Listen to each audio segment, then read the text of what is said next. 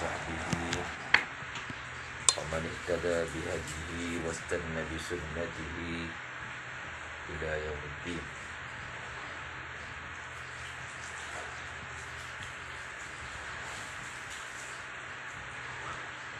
اللهم أغننا بالعلم وزينا بالحلم وأكرمنا بالتقوى وجملنا بالعافية. Rabbi yassir wa la tu'assir wa tammim bil khair. Kita sambung yang tadi. Fakana la yara ru'ya illa ja'at mithla falaqis subhi thumma hubbiba ilayhi al-khala'u yani berkhalwat. Wa kana yakhlu bi ghari hira'in. Apa faedah beruzlah ataupun berkhalwat, yang mana merupakan salah satu manhaj yang diamalkan oleh Sufiyah dalam rangka nak mendekatkan diri kepada Allah Subhanahu wa taala. Di antara faedah khalwah, faedah uzlah, ialah seseorang jadi farighul qalbi. Hati dia boleh kosong, farigh, kosong daripada segala alaik, segala ikatan-ikatan yang lain selain daripada Allah Subhanahu wa taala. Allah Taala jadikan manusia ini pada asasnya ma ja'alallahu lirajulin min qalbayni fi jawfi. Allah tak jadikan seseorang ini punya dua hati. Dia boleh tumpu pada dua perkara dalam satu masa. Ini tak mungkin. Ma ja'alallahu li rajulin min qalbayni fi jawfi. Sebab itu bila ada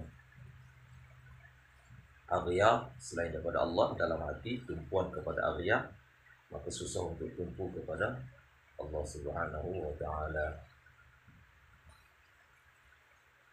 Al-ishtighalu bi ghairi al-maqsud i'radun 'anil maqsud. Menyibukkan diri dengan perkara yang bukan maksud berarti memalingkan diri daripada maksud.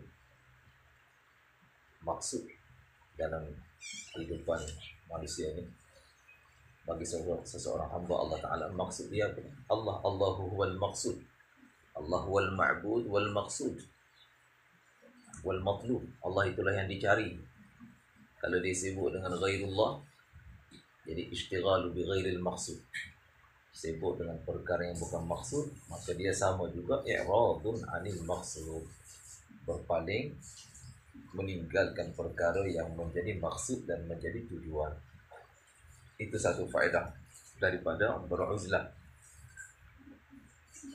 yaitu seseorang dapat faraghul qalbi. Dan yang kedua, dia dapat elak daripada al-ma'asi, perkara-perkara kemaksiatan, perkara-perkara yang melalaikan, yang melekakan, perkara ma la ya'ni.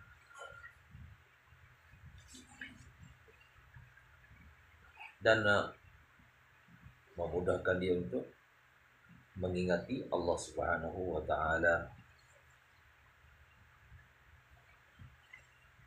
Sebab apa? Pergaulan dengan manusia ini tidak akan sunyi daripada adanya kudurah. Adanya apa? Kudurah. Kudurah mana? Kekeruhan. Keruh fikiran dia, keruh hati dia.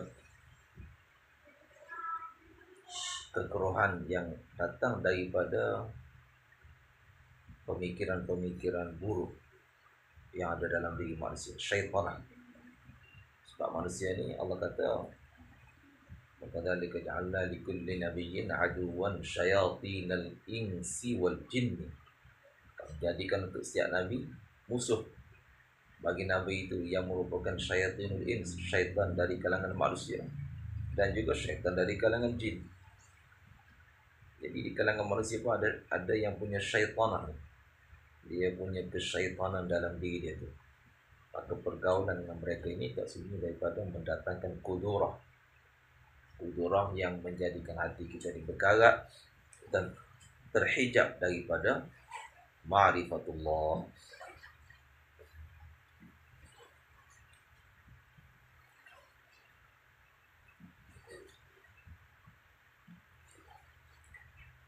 Thumma hubbiba ilaihi al-khala'u wa kana yakhlu bi ghari Hira. Baginda beruzlah di Gua Hira. Kenapa pilih Gua Hira? Di antara sebabnya permukaan gua ni langsung menghadap ke Kaabah. Permukaan Gua Hira ni boleh nampak Kaabah. Jadi Nabi dapat menggabungkan beberapa ibadat sebentar tu, selain daripada beruzlah, selain daripada zikrullah, mengingati Allah Subhanahu wa taala, maka baginda juga dapat mengekalkan tumpuan dan konsentrasi tumpuan penumpuan kepada Kaabah. Fa tahannathu fihi, maka baginda tahannus. Asal perkataan hinth ni dosa. Al-hinthu al-ithmu. Al-hinthu al-ismu. Hinth itu maknanya dosa. Al-hinthu al-ithmu, dosa. Salah satu kegunaan wazan tafa'ul, tafa'ala yatafa'alu tafa'ulan, tahannatha yatahannathu tahannuthan, binaknya ataupun kegunaannya wazan tafa'ul ini ialah salbul ma'khad. Salbul ma'khad. Apa makna salbul ma'khad? Dia punya sumber pengambilan tu dinafikan.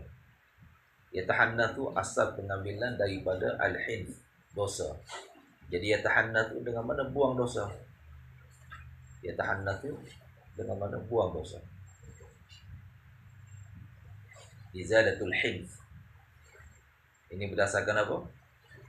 Bina wazan tafa'ul ini, bina yang kegunaannya ialah li salbil ma'khadh. Salah satu kegunaannya selain daripada bina'uhu li takalluf.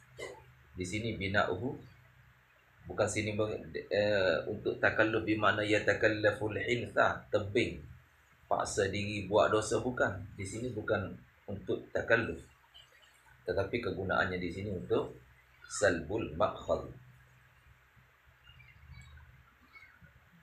Yani at-ta'abbud. Ini idraj ni siapa yang buat? Wahwa at-ta'abbud ni dipanggil mudraj. Mudrajul matni. Di celah-celah matan tu diselit perkataan-perkataan tertentu.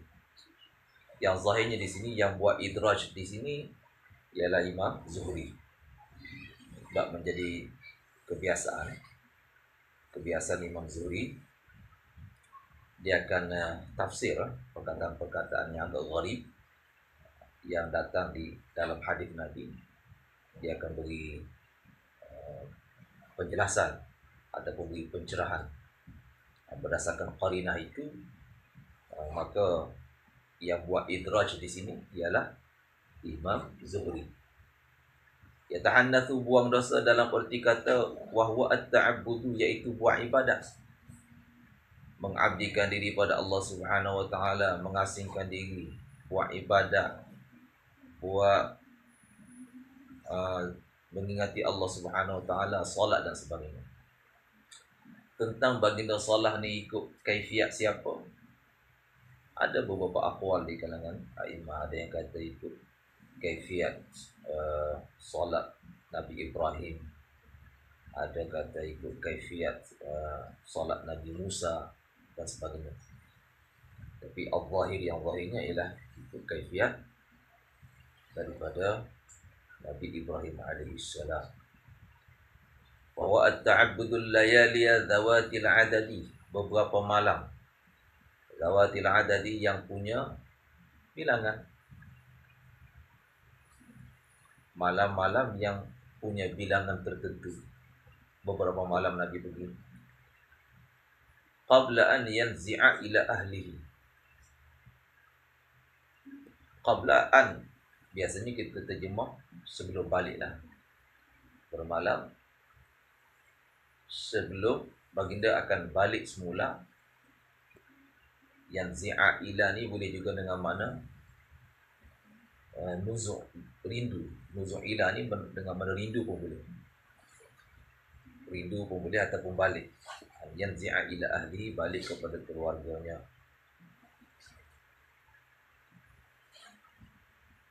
Baginda akan beribadat beberapa malam, kemudian selepas itu baginda akan balik. Buat ibadat tu sebelum baginda balik lah. Maknanya selepas ibadat beberapa malam, baginda akan balik kepada keluarga baginda. Qabla an yanzi'a ila ahlihi wa yatazawwadu lidzalika. Dan baginda akan ambil bekal untuk bilangan malam yang seperti itu juga. Kemudian baginda balik lagi. Begitulah, berselang sedi pergi Gua Hira, bertapa, buat ibadat, zikir, kemudian balik, ambil bekal, lepas tu pergi lagi. Begitulah, bersilih ganti. Fa yatazawwadu limithliha. Ini menunjukkan bahawa dalam Islam ni tidak ada rahbaniyah. Apa makna rahbaniyah? Tinggal terus. Rahbaniyatan ibtada'uha ma katabnaha alaihim. Rahbaniyah yang mana mereka ibtidak, mereka reka sendiri. Allah Ta'ala menegur perbuatan orang-orang Kristian, di mana mereka ini mereka cipta sendiri, mereka cipta rahbaniyah, mereka cipta manhaj beribadat dalam agama mereka yang mana bukan datang daripada Allah Subhanahu wa taala. Yang mereka beri nama rahbaniyah, kepadrian, cara hidup kepadrian. Tak kahwin, meninggalkan terus an-nashatat al-bashariyah, aktiviti sebagai seorang manusia, pergi terus hidup. Kononnya itu merupakan penghampiran kepada Allah Subhanahu wa taala. Kononnya itu malakiyah, ad-dukhulu fil malakiyah, memasuki kemalaikatan. Tapi sebenarnya itu khilaful fitrah, menyalahi fitrah, di mana mereka tak mampu untuk istiqamah. Rabbaniyatan ibtada'uha ma katabna alaihi. Kami tidak fardukan pun perkara itu kepada mereka. Illa ibtigha ridwanillah, cuma mereka buat tu kerana nak cari redha Allah Subhanahu wa taala. Tapi cari redha Allah bukan dengan syariat yang Allah turunkan, cara yang mereka reka dan cipta sendiri, tidak dapat restu daripada Allah Subhanahu wa taala.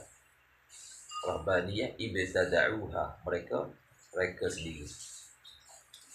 Akhirnya apa? Fama ra'uha haqqa ri'ayatiha.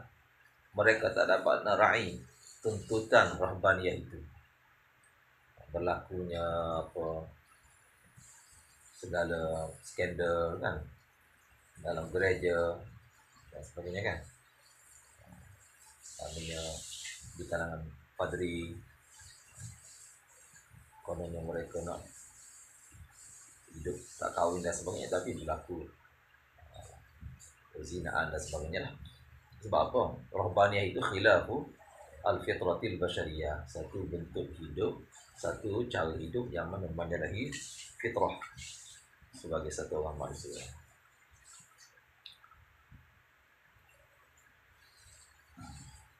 Sebab itu dalam Islam tidak ada rahbaniyah.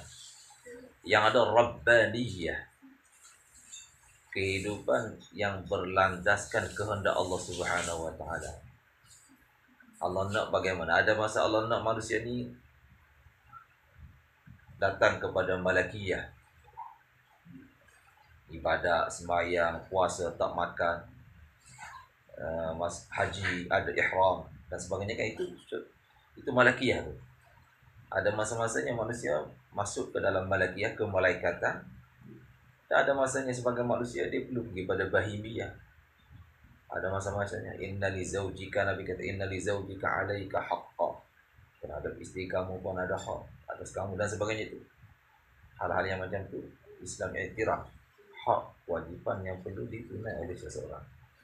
Jadi ada masanya dia pergi kepada malakiyah, ada masanya bahimiyah, mengikut sebagaimana yang Allah Ta'ala restui. Itulah namanya Rabbaniyah. Satu lagi cara hidup dipanggil bahimiyah. Bahimiyah ni kehaiwanan. Langsung tak ada malakiyah dalam hidup dia. Makan, minum, berseronok. Darhum yakulu wa yatamatta'u. Makan, minum, enjoy, happy, berseronok, berpoya-poya, yakulu wa yatamatta'u. Yang Allah Ta'ala kata ulaika kal an'am, kehidupan mereka ni macam haiwan, macam binatang. Balhum adall, bahkan lebih teruk lagi daripada binatang. Kerana apa? Binatang tidak hidup berpandukan wahyu kerana tidak ada akal. Manusia sambil ada akal tapi hidup tidak berpandukan wahyu, maka manusia ni lebih adall, lebih sesat daripada binatang lagi. Kehidupan ini namanya bahimiyah. Jadi dalam Islam adalah wasatan, ummatan wasatan, umat yang pertengahan. Tidak ada yang namanya rahbaniyah, malakiyah terus, saya tak mampu nak tanggung. Tak ada yang bahimiyah terus. Yang adalah pertengahan. Pertengahan, khairul umur awsatuha, sebaik-baik pekerjaan ialah yang pertengahan. Ada masa bahimiyah, ada masa pergi pada malakiyah. Begitulah yang Nabi contohkan di sini. Nabi betapa berkhalwat, mengasingkan diri, beruzlah, jauh daripada keluarga beberapa hari, lepas tu balik lagi, ambil perbekalan, begitulah seterusnya. Hatta ja'ahul haqqu wa huwa fi ghari Hira. Sehingga datang kepadanya kebenaran, yakni wahyu, ketika baginda berada di Gua Hira. Tafsil bagi datangnya kebenaran itu macam mana? Fa tafsil tu. Faja'ahul malaku, datang kepada baginda malaikat Jibril alaihissalam. Jibril kata iqra. Iqra.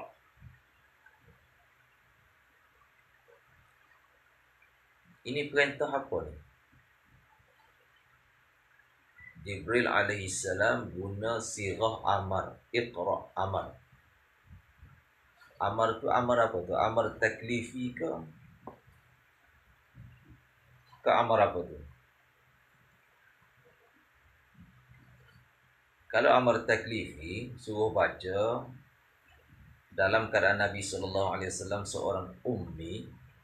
Ummi maknanya tidak mengenal huruf, maka perintah tu jadi, kalau kita kata ini amar taklifi, perintah taklif akan jadi taklif ma la yutaq. Taklif ma la yutaq, bebankan sesuatu yang mana di luar dari kemampuan. Nabi tak kenal huruf, tiba-tiba suruh baca. Taklif ma la yutaq ni boleh tak? Siapa nak jawab? Taklif ma la yutaq, kalau ikut Maturidiyah, tak boleh. Tidak berlaku, tak boleh. Taklif ma la yutaq, membebankan seseorang dengan sesuatu yang tak mampu, yang di luar dari kemampuannya, yang tak mampu dilakukannya, tak boleh. Asy'ariyah pula kata perkara tu jaiz, harus. Taklif ma la yutaq itu harus. Sebab apa? Sebab Allah Subhanahu Wa Taala adalah Rabb, dan manusia semuanya adalah hamba. Rabb adalah Rabb, hamba adalah hamba. Wa huwal qahiru fawqa ibadihi. Allah Subhanahu Wa Taala zat yang maha perkasa, yang mana kehendaknya teratas. Kehendak Allah Subhanahu Wa Taala teratas daripada kehendak segala makhluk. Kehendak Allah Subhanahu Wa Taala mengatasi kehendak segala makhluk. Wa huwal qahiru fawqa ibadihi. Jadi bila Allah Ta'ala yang bersifat qahar ni kehendaknya mengatasi segala kehendak, maka jaizun aklan, harus pada akal Allah Ta'ala suruh sesuatu yang di luar kemampuan. Apalagi bila kita ambil kira hamba ni adalah hamba Allah. Hamba maknanya dia tidak memiliki apa-apa hatta terhadap dirinya. Itulah pengertian hamba. Dia tidak memiliki apa-apa. Harta pun dia tak miliki, diri dia pun dia tak miliki. Jadi Allah Ta'ala nak suruh apa, nak bebankan, nak taklifkan apa sekalipun, itu terpulanglah kepada Allah Subhanahu Wa Ta'ala. Maturidiyah kata tak boleh kerana ayat Quran menyebut la yukallifullahu nafsan illa wus'aha. Allah tidak taklifkan, tidak bebankan seseorang melainkan ikut kemampuannya. Asy'ariyah Jawa, antara Asy'ariyah ke Maturidi.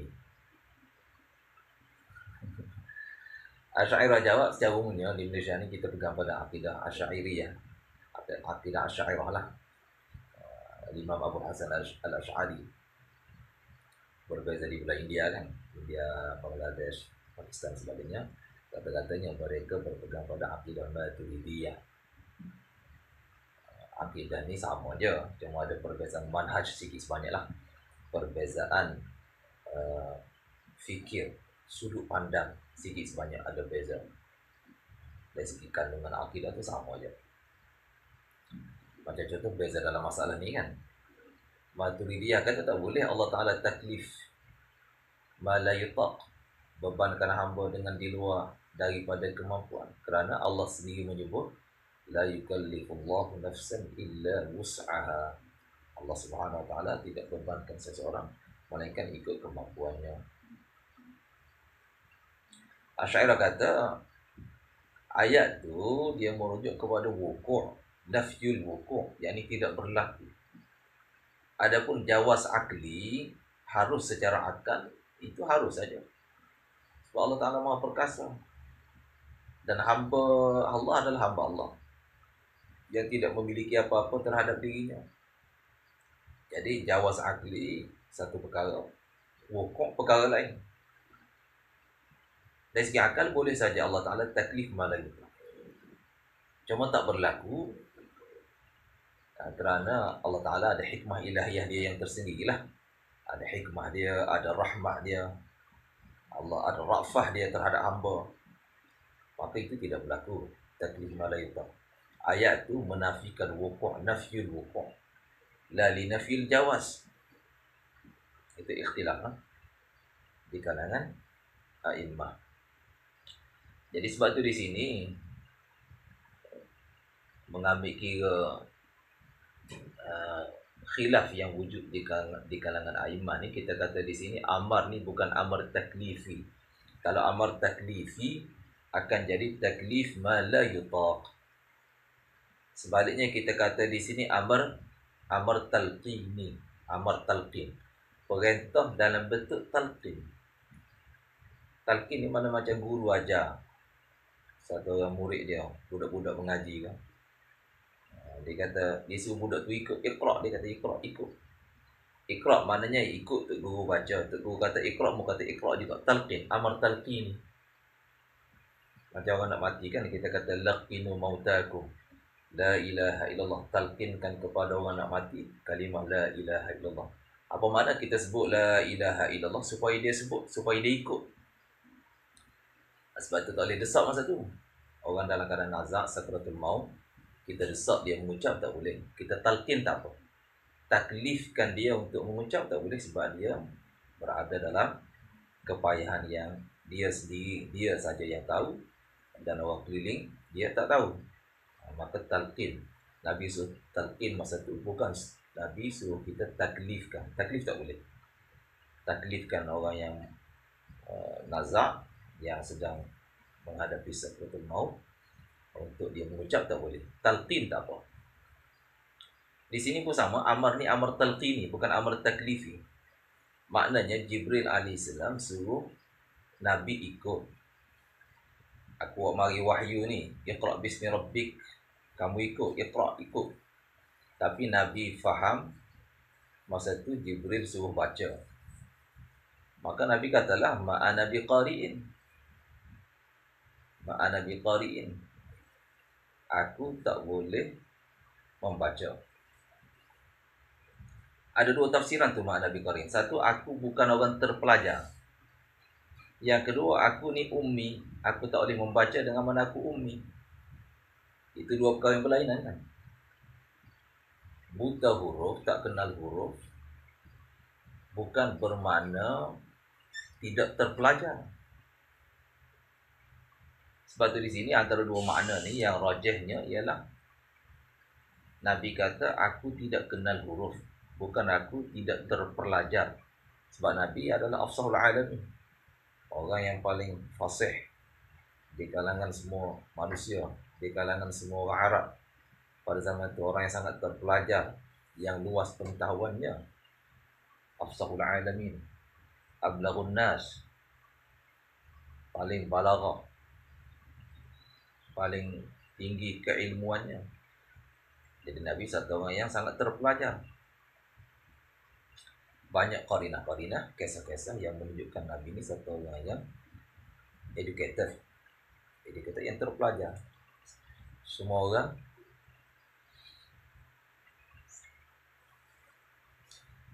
dalam macam peristiwa nak alih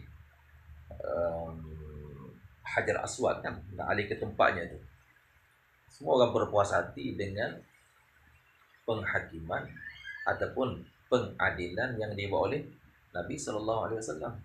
Itu menunjukkan bahawa Nabi ini satu orang yang sangat educated, sangat terdidik.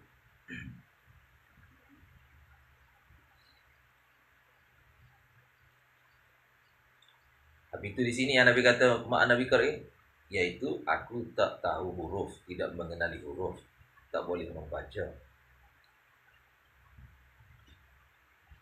3 kali Nabi kata makna Nabi qari ini.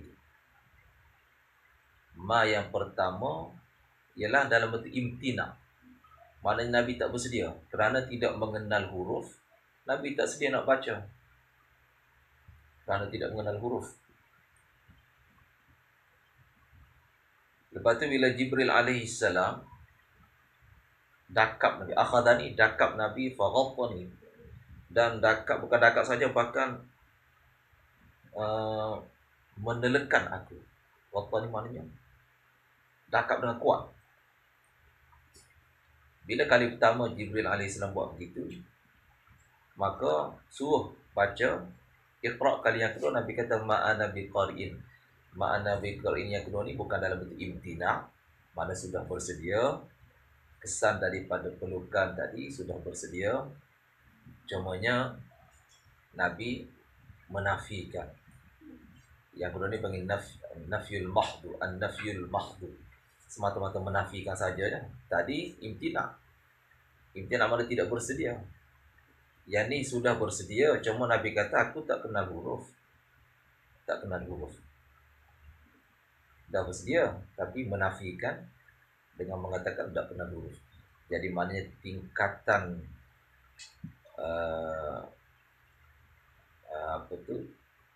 tingkatan nafi, tingkatan keengganan tu sudah kendur sikit pada yang kedua ni. Yang pertama kuat keengganan Nabi, ketidaksediaan tu tinggi. Yang kedua kendur sikit. Nabi kata aku tak tahu. Sedia nak baca tetapi tak tahu huruf, tidak mengenali huruf. Kemudian kali yang ketiga pula ma'ana biqari'in.